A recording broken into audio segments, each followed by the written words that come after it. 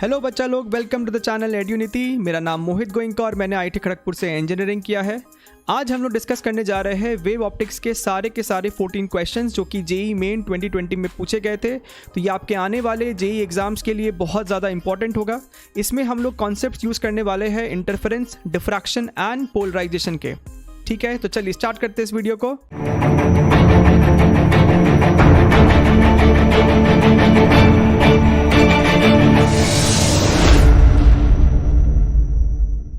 सो ये हमारा first question है।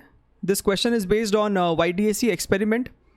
इस सवाल में हमें ये D की वैल्यू दे रखी है, that is distance between the two slits which is 0.15 mm, right. हमें लाइट का वेवलेंथ दिया है 589 nanometre and the interference pattern is observed on a screen 1.5 metre away, right. The separation between the successive bright fringes on the screen is how much. तो ये आपका एक direct formula based question है जहाँ पे हमसे ये फ्रिंज विड्थ पूछ रहा है। फ्रिंज विड्थ का फॉर्मूला होता है लैम्डा d/d, राइट। हमें लैम्डा दे रखा है which is 589 nanometre. So 589 10⁻⁹ multiplied by capital D is separation between the screen and the slits which is 1.5। तो यहाँ पे 1.5 लिख दिया, divided by small d and this is 0.15 mm. So 0.15 multiplied by 10⁻⁻3। तो आप इसे बड़े आराम से कैलकुलेट कर सकते हैं। ये कैंसिल करेगा तो ये 10 हो जाएगा, राइट। डिनोमिनेटर में 10⁻⁻3 ऊपर जाएगा तो 10⁴, और यहाँ पे -9 है which is 589 into 10⁻⁻5 metres, right. इसे हम लिख सकते हैं 5.89 multiplied by 10⁻⁻3 metre and 5.89 is approximately equal to 5.9, और इसे mm में कन्वर्ट कर सकते हैं। So this is your option number C. ठीक, चलिए आगे बढ़ते हैं। क्वेश्चन नंबर 2, इसमें हमें कहता है that in a double slit experiment at a certain point on the screen the path difference between the two interfering waves is 1/8 of a wavelength. The ratio of intensity of light at that point to that at the center of a bright fringe is how much? ठीक है, तो ये आपके पास दो source है और हमें सवाल में कहता है कि किसी पॉइंट पे, स्क्रीन के किसी पॉइंट पे जब ये दो वेव्स इंटरफेयर कर रही है तो इनके बीच का जो पाथ डिफरेंस है दैट इज गिवन बाई λ/8। ठीक है, कोई ये पॉइंट P है। ठीक, मान लेते हैं कि इस P पॉइंट पे आफ्टर इंटरफेयरिंग जो इंटेंसिटी है दैट इज़ I। ठीक, दोनों सोर्स का I0 आपका इंटेंसिटी है। यहाँ पे जब इंटरफेयर किया तो यहाँ पे आपके पास एक I इंटेंसिटी है। ठीक, हमें पता है that intensity I at any general point is given by 4I0 cos square delta phi by 2, right. Delta phi is your phase difference, और ये 4I0 क्या है? This 4I0 is the intensity at the centre of a bright fringe, right. हमें पता है that bright fringe के centre पे आपको मैक्सिमम इंटेंसिटी मिलती है, दैट इज़ 4I0। तो हमसे सवाल में ये I/4I0 ही पूछा गया है। बेसिकली हमें बस ये RHS को सॉल्व करना है, अच्छा, अब आप ध्यान से देखिए, हम ये डेल्टा फाई कैसे निकालेंगे? Phase difference at this point P is given by K times delta x। K क्या होता है? 2π/λ, और पाथ डिफरेंस हमको दे रखा है λ/8। तो ये आपका कितना आ जाएगा? π/4। ठीक है, ये आपका π/4 आ गया। लेकिन अगर इस π/4 को अभी यहाँ पे हम पुट कर देंगे तो ये अंदर में बन जाएगा π/8, और उसका एंगल हमें अभी पता नहीं है, राइट। तो क्यों ना हम एक ट्रिग्नोमेट्रिक आइडेंटिटी का इस्तेमाल करें। आप सबको पता है ना कि cos 2 theta is given by cos square theta minus sign square theta, जिसे हम लिख सकते हैं 2 cos स्क्वायर थीटा -1, राइट। तो यहाँ से आपको दिखाई दे रहा है ये -1 इधर अगर आ जाए तो हम cos स्क्वायर थीटा को लिख सकते हैं 1 + cos 2 थीटा डिवाइडेड बाई 2। तो क्यों ना इस आइडेंटिटी का यहाँ पे इस्तेमाल करें, तो हम लिख सकते हैं I/4I0 is equal to 1/2 1 + cos delta phi. ठीक, अब यहाँ पे वैल्यूज़ को पुट कर दीजिए, 1 + cos π/4 and what is cos π/4? 1/√2। So 1 + 1/√2, और 1/√2 क्या होता है? 0.7, राइट, 0.707, तो अप्रॉक्सीमेटली 0.7 ले लिया। So this is 2 multiplied by 1.7 which is 0.85, which is approximately 0.85 and this is close to option number B. ठीक है, तो एग्जैक्ट सॉल्व करने का ज़रूरत नहीं है, अप्रॉक्सीमेट करके सॉल्व किया तो आपका आंसर मैच कर जाएगा। ठीक है, चलिए आगे बढ़ते हैं। ये फॉर्मूला जो है बड़ा इंपॉर्टेंट है, बड़ा इंपॉर्टेंट फॉर्मूला है। ठीक, चलिए अगला सवाल देखते हैं, क्वेश्चन नंबर 3। क्वेश्चन नंबर 3 में हमसे कहता है that in a Young's double slit experiment light of wavelength 500 nanometre is used to produce an interference pattern when the distance between the slit is 0.05 mm। ठीक है, स्मॉल डी की value हमें दे दी गई है, दिस इज 0.05 mm। ठीक, the angular width of the fringes formed on the distance screen is close to. ठीक है, एंगुलर विड्थ पूछ रहा है हमसे। ठीक, सो फॉर एग्जांपल आपके सामने ये एक सेंट्रल ब्राइट फ्रिंज है, राइट, तो हमें इसका एंगुलर विड्थ पूछा जा रहा है। This is a fairly simple question one again. तो यहाँ से अगर देखें तो हमसे ये एंगल थीटा पूछा जा रहा है। What is this angle theta? यही आपका हो जाएगा एंगुलर विड्थ, राइट। अब आप ध्यान से सोचिए, ये डिस्टेंस क्या होता है? This is your fringe width, right, this is your fringe width. तो हम क्या कह सकते हैं that this angular width is nothing but fringe width upon this distance capital D, right, distance capital D. ठीक है, ये थीटा बड़े छोटे छोटे एंगल होते हैं तो हम ऐसे लिख सकते हैं इसको। तो यहाँ पे देखिए ध्यान से, बीटा क्या होता है? Lambda D by small D, और आपके पास ऑलरेडी कैपिटल डी था तो ये कैपिटल डी खत्म। तो हमारा आंसर दिया जाएगा इस फॉर्मूले के हिसाब से। लैम्डा हमें दे रखा है दैट इज़ 500 इंटू 10⁻⁹ और स्मॉल डी हमें दे रखा है 0.05 इंटू 10⁻⁻3। ठीक है, लेकिन ध्यान से ये एंगल हमने निकाला रेडियंस में, और आपको जितना ऑप्शन दिया है वो सब डिग्रीज में है। ठीक है, तो उस पर आते तुरंत, तो ये आपका हो जाएगा 0.01, दिस इज़ योर 100। इसे ध्यान से अगर कैलकुलेट करें तो ये 10⁻⁻2, तो नीचे में हो जाएगा -5, ऊपर जाएगा तो +7, अल्टीमेटली आपके पास बच रहा है 10⁻⁻2 रेडियन। ठीक, अब इसे डिग्री में कन्वर्ट करना है, सो 0.01 180/π से इसे हमने मल्टीप्लाई कर दिया। ठीक, तो ये कितना हो जाएगा? ये हो रहा है आपको 1.8 डिवाइडेड बाई 3.14। अभी देखिए इसे एग्जैक्टली सॉल्व करने की ज़रूरत नहीं है, थोड़ा सा भी एस्टिमेट अगर आप लगाए तो 0.5 से ज़्यादा ही होने वाला है। तो यहाँ पे यही एक ऑप्शन है जो कि सूट कर रहा है। ठीक है, 1.7 तो नहीं होगा, 0.5 से ज़्यादा है, so option number D is your correct answer. पूरा सॉल्व करने का भी चक्कर यहाँ पे नहीं है। ठीक, चलिए आगे बढ़ते हैं। अगला सवाल क्वेश्चन नंबर 4। क्वेश्चन नंबर 4 में हमसे कहता है in a Young's double slit experiment 16 fringes are formed और observed in a certain segment of the screen when light of wavelength 700 nanometre is used. ठीक है, किसी एक सेगमेंट में, तो मान लीजिए कि ये स्क्रीन था, हमने स्क्रीन का इतने से पोर्शन में ऑब्जर्वेशन किया, उतने से पोर्शन में ही ऑब्जर्वेशन किया है। इसका लेंथ कुछ एल मान लेते हैं। ठीक, तो हमसे कहता है कि इस एल लेंथ के रीजन में 16 फ्रिंजेस बने थे, 16 फ्रिंजेस बने थे, right, when the wavelength was 700 nanometre. अब आपको पता होना चाहिए, आपको ये बात समझ में आना चाहिए, एक फ्रिंज का विड्थ होता है lambda D by small D. ठीक है, so can you make a formula for number of fringes? Number of fringes क्या होगा? Length of this region upon beta, यानी कि एल अपॉन लैम्डा डी, इस तरीके से। तो हमारे पास ये रिलेशन आ गया that number of fringes formed is equal to length of the region, जिसे हम ऑब्जर्व कर रहे हैं, into small D upon lambda into capital D. अब हमें सवाल में कहता है if the wavelength of light is change to 400 nanometre the number of fringes observed in the same segment of the screen would be, right. हमसे कहता है कि सेगमेंट को सेम रखो, यानी कि एल कांस्टेंट है, small D constant, capital D constant, we are only playing with lambda. तो n is inversely proportional to lambda, तो हम कह सकते हैं that n2 by n1 is equal to lambda 1 by lambda 2, यानी कि n2 is equal to n1 lambda 1 upon lambda 2। सिर्फ value substitute करनी है, n1 की वैल्यू 16 है, लैम्डा 1 700 नैनोमीटर और लैम्डा 2 अपना 400 नैनोमीटर। 0 से 0 कैंसिल, ये आपको हो जाएगा 4, so our answer is 28, right, option number A. ठीक, चलिए अगला सवाल क्वेश्चन नंबर 5। क्वेश्चन नंबर 5 में हमसे कहता है that interference fringes are observed on a screen by illuminating two thin slits 1 mm apart, small d की value 1 mm, with a light source of this wavelength.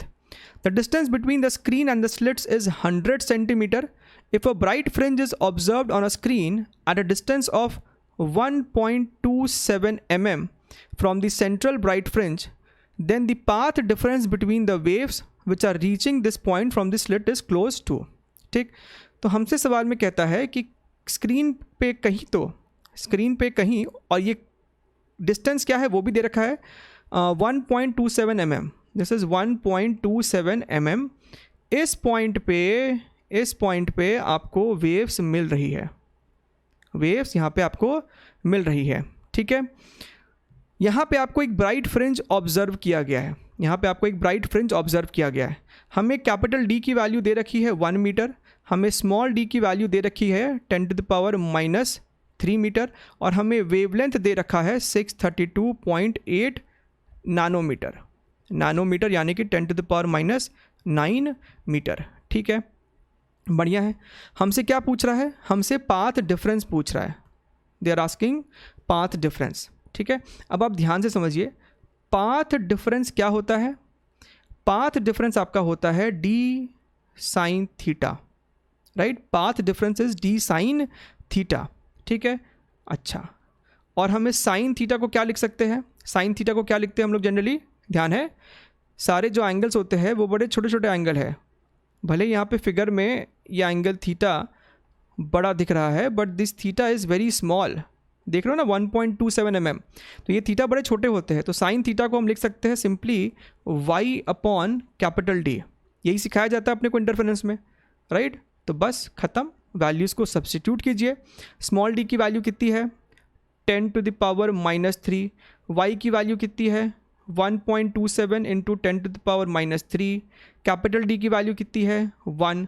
तो यहाँ से दिख रहा है this is 1.27 10⁻⁶, which becomes micrometres. So the question becomes simply Fairlie easy अगर हमें concept पूरा अच्छे से क्लियर है तो। ठीक, चलिए आगे बढ़ते हैं। अगला सवाल क्वेश्चन नंबर 6। क्वेश्चन नंबर 6 आपको ऑप्टिकल पाथ पे बेस्ड है, optical path length. Two light waves having the same wavelength lambda in vacuum are in phase initially. ठीक है, शुरुआत में दोनों लाइट वेव्स फेज में थे। Then the first wave travels a path length L1 through a medium of refractive index N1, while the second wave travels a path length of L2 through a medium of refractive index N2. After this, the phase difference between the two waves is how much? ठीक है, how much? तो ये हमारा एक medium है जिसका length L1 है और रिफ्रैक्टिव इंडेक्स N1, इसका लेंथ L2, इसका रिफ्रैक्टिव इंडेक्स N2। ठीक है, दोनों में ही वेव जब स्टार्ट करती एंटर करना, दोनों वेव शुरुआत में सेम फेज़ में थे। जब दोनों बाहर निकल गए हैं तब हमसे पूछ रहा है find the phase difference between the two waves. ठीक, अब हमें ऑप्टिकल पाथ का एक कॉन्सेप्ट पता है, राइट? देखिए, सबसे पहले हमें निकालना है इनके बीच का पाथ डिफरेंस।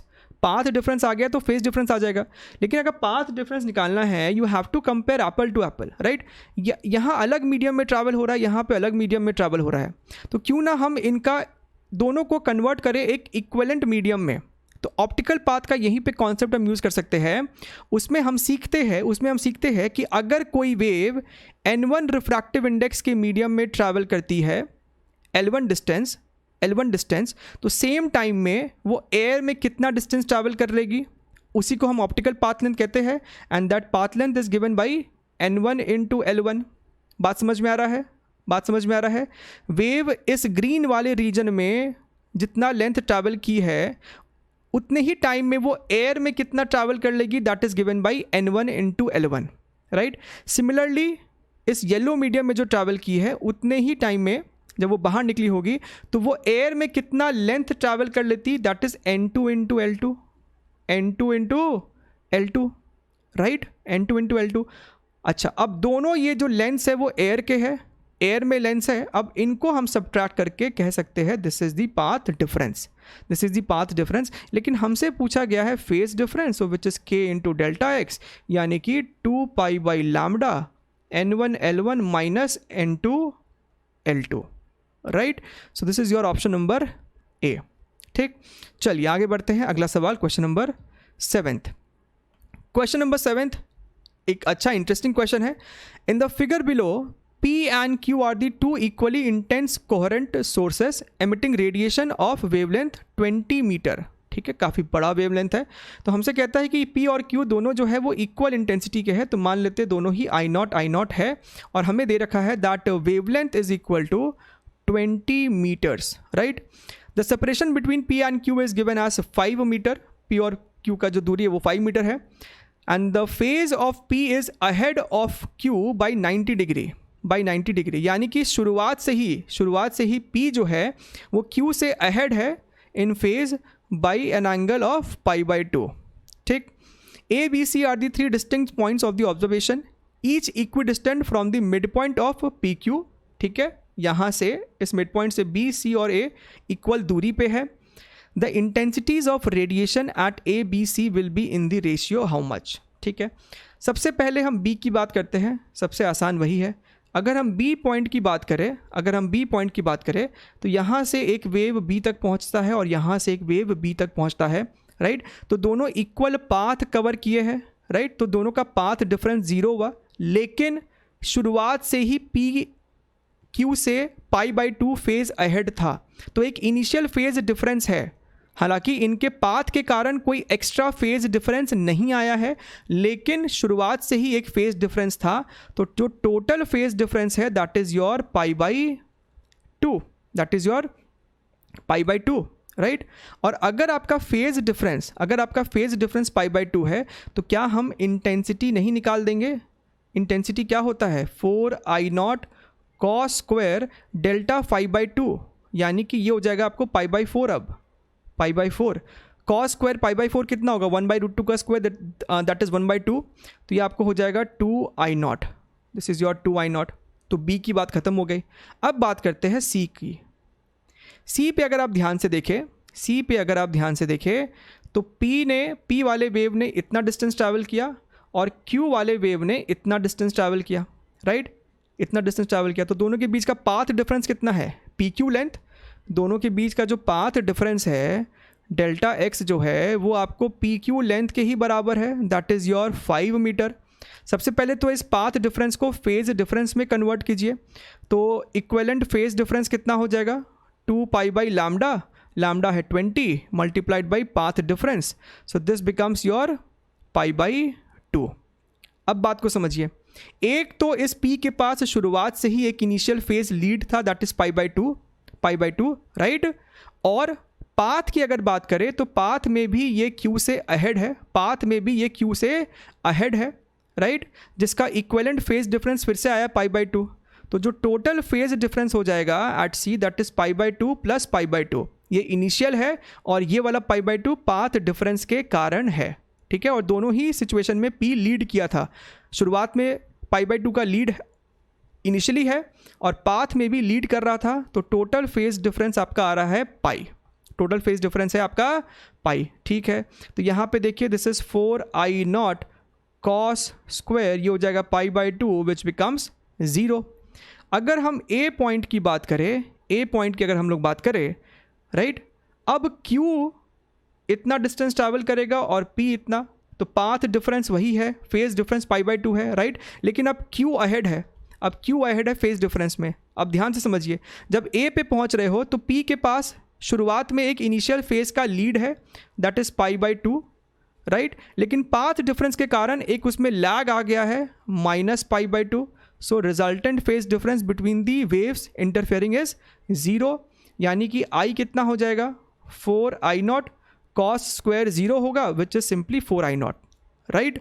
हमें रेशियो पूछा है A:B:C का, तो ये आपको हो जाएगा 4I0:2I0:0 which is 2:1:0, and this is your option number D, right. तो एक अच्छा इंटरेस्टिंग क्वेश्चन है, कॉन्सेप्ट बेस्ड क्वेश्चन है. आगे बढ़ते हैं क्वेश्चन नंबर 8 पे. क्वेश्चन नंबर 8 में हमसे कहता है visible light of wavelength this much falls normally on a single slit and produces, single slit यानी कि डिफ्रैक्शन हो रहा है, and produces a diffraction pattern. It is found that the second diffraction minima is at 60 degree from the central maxima.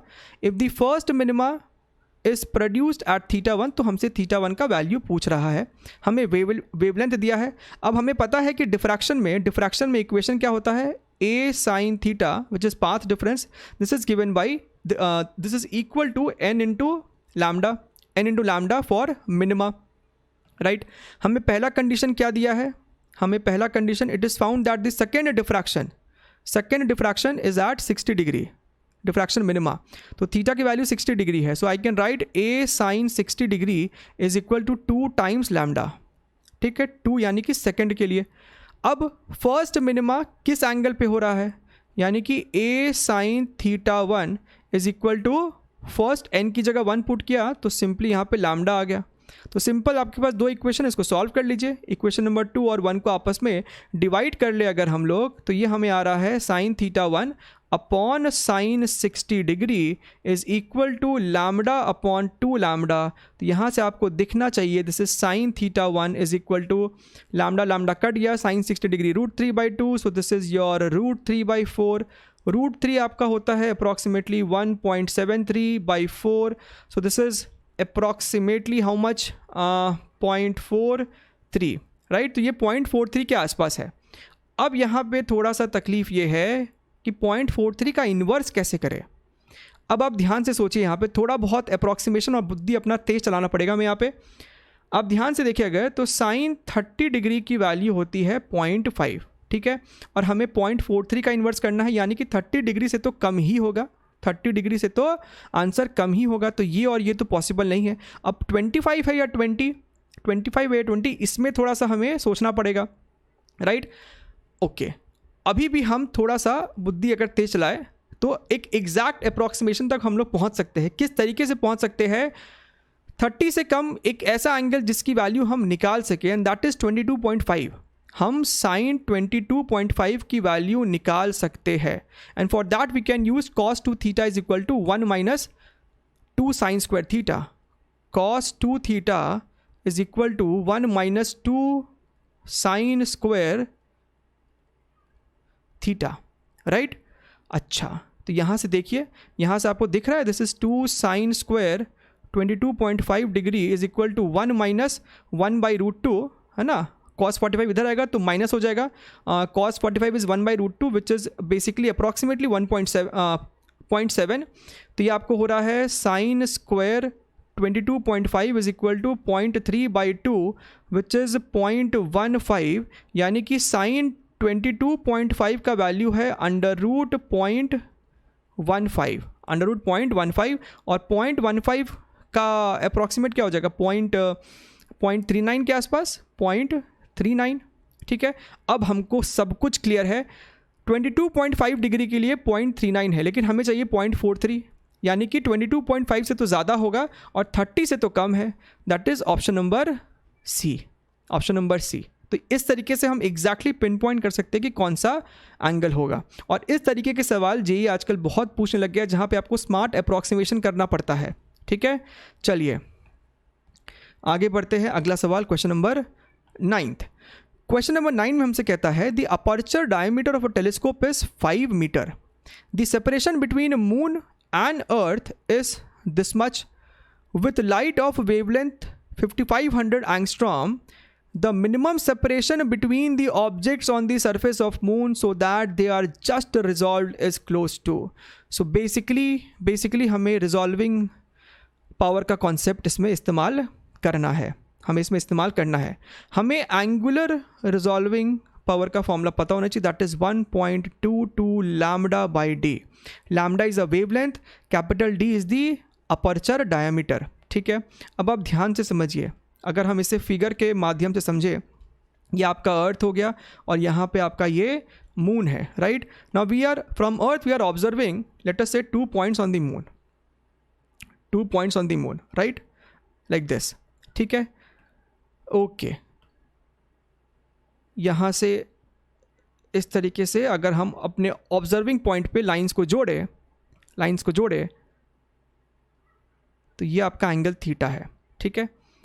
So what do you mean by minimum separation between the object so that they are just resolve? Just resolve का मतलब है कि हमें वो दोनों points distinctly दिखाई देना चाहिए, डिस्टिंक्टली दिखाई देना चाहिए। तो हम कह रहे हैं कि अगर मिनिमम जो इनके बीच का सेपरेशन है, इनके बीच का ये जो मिनिमम सेपरेशन है d, ये मिनिमम सेपरेशन के कॉरस्पॉन्डिंग थीटा एंगल सबटेंड कर रहा है, ये दो पॉइंट्स थीटा एंगल सबटेंड कर रहा है एट द ऑब्जर्वेशन पॉइंट, और यही वो एंगल थीटा है। अगर हमें एंगल थीटा का फॉर्मूला पता है तो हम ये स्मॉल d को भी तो लिख सकते हैं। इम्प्लाइज ये स्मॉल d कितना हो जाएगा? Theta into distance between earth and the moon, right, r, और हमें ये r भी दिया है। So 1.22 lambda by capital D into R, values को सब्स्टिट्यूट करते हैं। सो 1.22 लैम्डा हमें दे रखा है 5500 angstrom multiplied by small r is distance between earth and moon, that is 4 into 10 to the power, ये किलोमीटर में मीटर में तब्दील किया तो ये हो गया 8 divided by capital D, that is 5 metres. ठीक है, अब इसे सिंप्लीफाई करना है, सॉल्व करना है टू गेट दी रिजल्ट। अब आप ध्यान से देखिए, ये आपका हो जाएगा 1100, ठीक है, ये आपका हो गया 1100, right. So 10 to the power 8, 2 0 मिलके बन गया 10 टू द पावर 10, और ये -10 था, राइट, सब कुछ गायब हो गया। अब यहाँ पे क्या है? 4 into 11 44, so we have 44 into 1.22, ठीक। अब हम इसे बड़ी आसानी से मल्टीप्लाई कर सकते हैं। ये कितना हो जाएगा बेसिकली आपको? This is 884, so this is 8635, so this is 53 this d is equal to 53.68 meters, and the closest answer in this option is option number C। खत्म, टिक। चलिए आगे बढ़े, अगला सवाल देखते हैं, question number 10th, polariser based सवाल है। A polarizer analyzer set is adjusted such that the intensity of light coming out of the analyzer is just 10% of the original intensity। ठीक है, तो हमें पता है कि कितना इंटेंसिटी पास करता है, that is given by I is equal to I0 cos square phi, ठीक है। तो हमसे कहता है कि सिर्फ 10% ही पास हुआ है, यानी कि कैपिटल I जो है वो आपको 0.1 I0 है, ये हमको दे दिया गया है। This is 0.1 I0 is equal to I0 cos square phi। तो आपको दिख रहा है कि यहाँ से हम cos square phi को लिख सकते हैं 0.1, राइट, यानी कि हम cos phi को लिख सकते हैं √0.1, राइट। फिर से अप्रॉक्सीमेशन करना पड़ेगा, फिर से अप्रॉक्सीमेशन कीजिए। 0.3 का स्क्वायर होता है 0.09, राइट, यानी कि थोड़ा सा और बड़ा कर दीजिए, यानी कि अप्रॉक्सीमेटली 0.31, ठीक है, अप्रॉक्सीमेटेड वैल्यू है ना, तो यहाँ पे ऐसा सिंबल इस्तेमाल कर दिया, राइट, यानी कि cos phi is equal to 0.31। अब सवाल को आगे पढ़ते हैं। Assuming that the polariser analyser set does not absorb any light, the angle by which the analyser need to be rotated further to reduce the output intensity to be 0। ठीक है, अब हम सबको पता है कि आउटपुट इंटेंसिटी 0 कब होगा? जब आपका phi जो है वो 90 डिग्री हो जाए। So output is 0 if phi is 90 degree, phi is 90 degrees, ठीक है।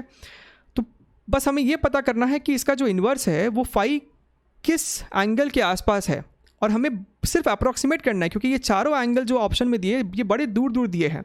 अब आप ध्यान से देखिए, cos phi 0.31, हमें पता है that cos 60 degree is what 1/2, that is 0.5, हमें 0.5 से भी छोटा दिया है। और cos में एक यूनिक बात क्या है कि जैसे जैसे एंगल बढ़ता है वैल्यूज़ घटती जाती है। अगर हमें 0.31 तक जाना है, यानी कि phi जो है वो डेफिनेटली 60 डिग्री से तो ज़्यादा है, 70 के आसपास हो सकता है, राइट। 60 से ज़्यादा है, इससे भी मेरा काम चल जाएगा। आपको यहाँ पे दिखाई दे रहा है that phi is definitely more than 60 degree, ठीक है। मान लीजिए कि जो phi है दैट इज़ 65 डिग्री, मान लीजिए phi जो है 65 डिग्री है, यानी कि हमें अभी और कितना एंगल रोटेट करना है ताकि पासिंग इंटेंसिटी 0 हो जाए? हमें 90 तक पहुंचना है, यानी कि हमें 90 - 65, हमें 25 डिग्री और रोटेट करना है। बात समझ में आ रहा है? यानी कि अगर हम ये कह रहे हैं कि phi 60 से तो ज़्यादा ही है, यानी कि हमें 30 डिग्री से कम एंगल ही रोटेट करना है। अब 30 डिग्री से कम ऑप्शन कौन सा है यहाँ पे? सिर्फ एक है, और अगर ये 18.4 डिग्री है, इसका मतलब है कि जब आपने इसका इन्वर्स किया होगा, आप इसको चेक कर सकते हैं किसी कैलकुलेटर से, तो ये आपको 72 डिग्री के आसपास होगा। ठीक है, तो इस तरीके से स्मार्टली इसको सॉल्व करेंगे तो हो जाएगा। ठीक है, और वो लोग आपको ऑप्शन ऐसा भी नहीं देंगे कि 18.4 डिग्री, 19 डिग्री, 17.6 डिग्री, इतना भी आसपास वाला ऑप्शन नहीं देंगे। ये चाहते हैं कि आप इस तरीके से थॉट प्रोसेस रखें और सवालों को सॉल्व करें। चलिए आगे बढ़ते हैं। Question number 11। क्वेश्चन नंबर 11 हमसे कहता है a beam of plane polarised light of large cross sectional area and uniform intensity 3.3 unit, ध्यान से देखिएगा, वॉट पर metre square falls normally on a polariser having cross section area this much, which rotates about its axis with an angular speed of 31.4 radians per second. The energy of light passing through the polarizer per revolution is close to. Very interesting question, very interesting question. अच्छा, अभी होता क्या था कि कितना intensity पास करेगा, that was given by this equation, right. लेकिन इस पर्टिकुलर सवाल में ये जो फाई है वो तो कंटिन्यूसली चेंज हो रहा है, राइट। आपका जो पोलराइजर है वो रोटेट हो रहा है, यानी कि जो एंगल है that is also continuously changing. तो किस तरीके से फिर हम निकालेंगे कि एक पूरे चक्कर में कितना एनर्जी पास हुआ है, राइट। सबसे पहले तो उस एनर्जी तक पहुँचते हैं। ये तो इंटेंसिटी हुआ, ये अपना इंटेंसिटी हुआ। अब आप ध्यान से देखिए, टोटल इंटेंसिटी जो इंसिडेंट है दैट इज़ 3.3, राइट। लेकिन पोलराइजर का एरिया कितना है, इतना ही है। So what is the power incident on the polariser, ध्यान से समझिएगा। पावर मतलब एनर्जी पर unit time. So what is power incident on the polariser वो कितना हो जाएगा?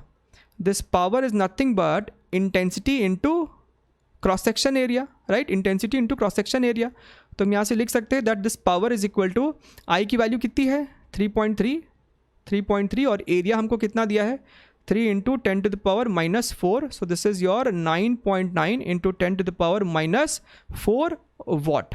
तो इतना पावर इंसिडेंट है उस पर्टिकुलर पोलराइजर के सरफेस पे, ठीक है, बढ़िया। और इस पावर को हम क्या लिख सकते हैं, this power is basically energy पर यूनिट टाइम। डिफरेंशियल फॉर्म में क्या लिख सकते हैं, dE/dt, ठीक। अब आप ध्यान से समझिए, इतना पावर इंसिडेंट है, राइट, इतना पावर इंसिडेंट है, तो क्यों ना इसे हम P0 लिख दें। ये आपका पावर इंसिडेंट है, टोटल पावर। तो कितना पावर पास किया होगा, that is equal to P0 cos square phi, P0 cos square phi, right. P0 cos square, क्या हम इस फाई को ओमेगा टी लिख सकते हैं? ओमेगा टी लिख सकते हैं ना इसको, राइट। ओमेगा से रोटेट कर रहा है, तो फाई को लिख सकते हैं किसी भी जनरल टाइम टी पे omega T. So this is your instantaneous power. ये आपका इक्वेशन आ गया कि किसी भी टाइम टी पे कितना पावर पास हो रहा है उस पोलराइजर से। अब हम इस P को क्या लिख सकते हैं, dE/dt। dE/dt is equal to P0 cos square omega T. हम dt को अगर उधर ले जाए, so this is dE is equal to P0 cos square omega T dt. Now integrate both the sides to get the total energy that has passed in one revolution. revolution का मतलब है कि limit होगा 0 से लेके एक time के लिए, एक time period, and one time period is basically 2π/ω, right. तो total energy passed in one cycle is given by how much, P0 तो बाहर निकल गया।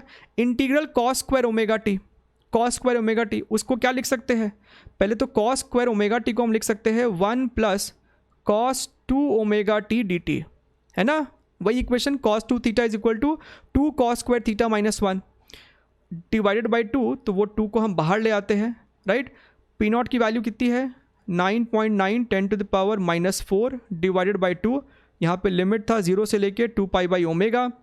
ध्यान से देखिए, 1 का इंटीग्रेशन हो जाएगा स्मॉल t, और cos 2ωt का हो जाएगा आपको sin 2ωt divided by 2ω। Limit 0 से लेके 2π/ω। आप जब लिमिट पुट करोगे तो 0 के पुट करने से तो सब कुछ 0 हो जाएगा, और 2π/ω के पुट करने से ये वाला टर्म भी 0 होगा, t की जगह 2π/ω आ जाएगा। तो ये आपको कितना हो जाएगा 9.9 10 to the power -4 divided by 2।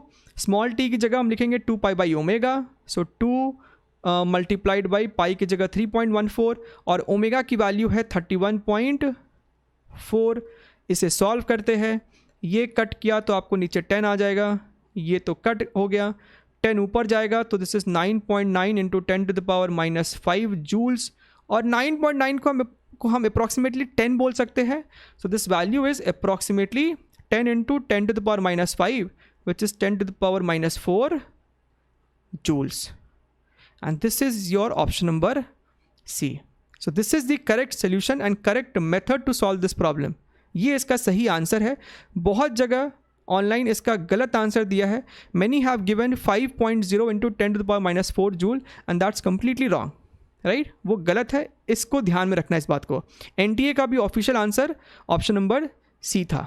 ठीक, चलिए आगे बढ़ते हैं। अगला सवाल, question number 12th. A Young's double slit experiment is performed using a monochromatic light of wavelength lambda. The intensity of light at a point on screen where the path difference is lambda is capital K. पहली बात कि इस statement को पढ़ के तो आपको समझ में आ जाना चाहिए, पाथ डिफरेंस अगर लैम्डा है, राइट, अगर इंटीजर मल्टीपल पे पाथ डिफरेंस है तो वहाँ पे आपको मैक्सिमा बनता है, और जहाँ मैक्सिमा बनता है वहाँ पे आपको इंटेंसिटी 4I0 होती है, 4I0 होती है। तो हम इस 3 लाइन को पढ़ने के बाद ये बोल सकते हैं that this capital K is nothing but 4I0। क्या मेरा बात समझ में आया है? एक बार फिर से रिपीट कर दे, अगर पाथ डिफरेंस लैम्डा है यानी कि वहाँ पे मैक्सिमा बना है, integer multiple of lambda, n lambda, 1 lambda, 2 lambda, 3 lambda, हर जगह आपको यहाँ पे मैक्सिमा ही बनने वाला है। इसका मतलब intensity is going to be 4I0, right? The intensity of light at a point where the path difference is lambda by 6, path difference lambda by 6 is given by this much. ठीक, तो सबसे पहली बात, ये लैम्डा बाई 6 अगर आपका path difference है तो उसके कॉरस्पॉन्डिंग फेज डिफरेंस क्या हो जाएगा? 2 pi by lambda multiplied by lambda by 6। तो लैम्डा लैम्डा खत्म, ये आपको हो गया पाई बाई 3, यानी कि इंटेंसिटी क्या होगा उस पॉइंट पे? That is going to be 4I0 cos square pi by 6, pi by 3 तो डेल्टा 5 हुआ, फॉर्मूला होता है डेल्टा 5/2, तो पाई बाई 6 हो गया ये, राइट? और ये 4I0 को हमने क्या बोला है? कैपिटल के। सो कैपिटल के कॉस पाई बाई 6 बोले तो कॉस 30 डिग्री, दैट इज √3/2, उसका स्क्वायर हो जाएगा 3/4। हमें कहता है कि ये जो इंटेंसिटी है that is equal to NK/12, NK/12।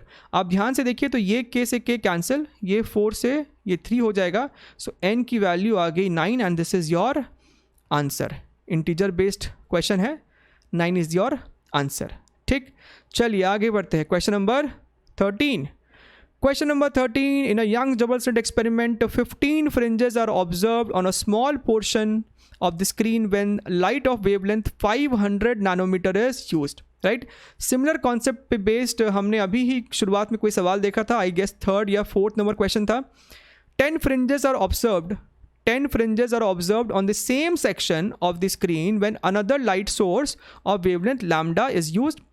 हमें लैम्डा की वैल्यू बतानी है इन नैनोमीटर्स। ठीक है, तो हमने शुरुआत में देखा था that number of fringes is given bye, मान लेते हैं कि वो जो ऑब्जर्व्ड पोर्शन है उसका लेंथ स्मॉल एल है, राइट? तो number of fringes is going to be small L upon fringe width, right? तो फ्रिंज विड्थ कितना होता है? Lambda D by small D. यहाँ पे L constant, small D constant, capital D constant, यानी कि number of fringe is inversely proportional to lambda. ठीक है, अब आप ध्यान से देखिए, हम यहाँ पे लिख सकते हैं N1/N2 is equal to lambda 2/λ1, right? Right, so what is N1? N1 is your 15, N2 is 10, lambda 2 हमें निकालना है और लैम्डा 1 हमें दिया हुआ है दैट इज 500 नैनोमीटर। अब आप ध्यान से देखिए, दिस इज 5.3, दिस इज 5.2, ये इसको कट किया तो 250, यानी कि हमारा आंसर हो गया 750 नैनोमीटर्स। और ये जो इंटीजर सवाल है तो आंसर होगा सिर्फ 750। ठीक है, चलिए आगे बढ़ते हैं। क्वेश्चन नंबर 14, ये अपना लास्ट क्वेश्चन है। Orange light of wavelength 6000 into 10⁻⁻10 metre illuminates a single slit of width this much. The maximum possible number of diffraction minima produced on both the sides of central maxima is how much? Okay, तो हमारे पास equation है a sin theta is equal to n times lambda, n times lambda। ठीक है, diffraction minima के लिए यही equation है हमारे पास। तो हम कह सकते हैं कि sin theta is equal to n lambda by a, right, n lambda by a, ठीक है। अब साइन थीटा जो है, साइन थीटा का जो वैल्यू है वो 1 से छोटा रहेगा, ठीक है, 1 से छोटा हो सकता है, यानी कि हम कह सकते हैं कि n lambda by a is less than 1, ठीक है, लेस दैन 1। हम यहाँ पे इक्वालिटी क्यों नहीं लगाए? इक्वालिटी का मतलब है कि आपका जो मिनिमा बन रहा है वो बन रहा है इन्फिनिटी पे, right, that is being formed on infinity, और वो केस हम कंसिडर नहीं कर सकते हैं, विच मीन्स यहाँ से हम n को कह सकते हैं less than a by lambda, ठीक है। अब a की वैल्यू कितनी है? 0.6 multiplied by 10⁻⁻4 divided by 6000 into 10⁻⁻10, ठीक। इसे अगर आप ध्यान से सॉल्व करें तो ये कितना हो जाएगा? दिस इज 0, दिस बिकम्स 10⁻⁻7, ऊपर जाएगा तो दिस बिकम्स 10⁻3, और इसे अगर ये कट किया तो ये हो गया 0.1, यानी कि n is less than 100, n is less than 100, which means n is equal to 99, ठीक है। तो हमें ये पता चल गया कि एक साइड 99 बन रहा है, दूसरे साइड भी 99 बना होगा, तो हमारा जो आंसर है इस सवाल का that is 2 times 99, that is 198. This is your final answer. So this was your complete solution on Wave Optics JEE Main 2020. सारे के सारे सवाल हमने यहाँ पे डिस्कस किए हैं, कॉन्सेप्ट देखे हैं, विद डायग्राम्स हमने देखे हैं। अगर आपको सॉल्यूशंस और ये सारे कॉन्सेप्ट वीडियोस अच्छे लगते हैं then do comment in the comment section and subscribe the channel, share it, like it, बिल्कुल भी इसे लाइक करना मत भूलिएगा। और हम लोग इसी तरीके के वीडियोज़ में मिलते रहेंगे, तब तक के लिए टेक केयर, बाय बाय।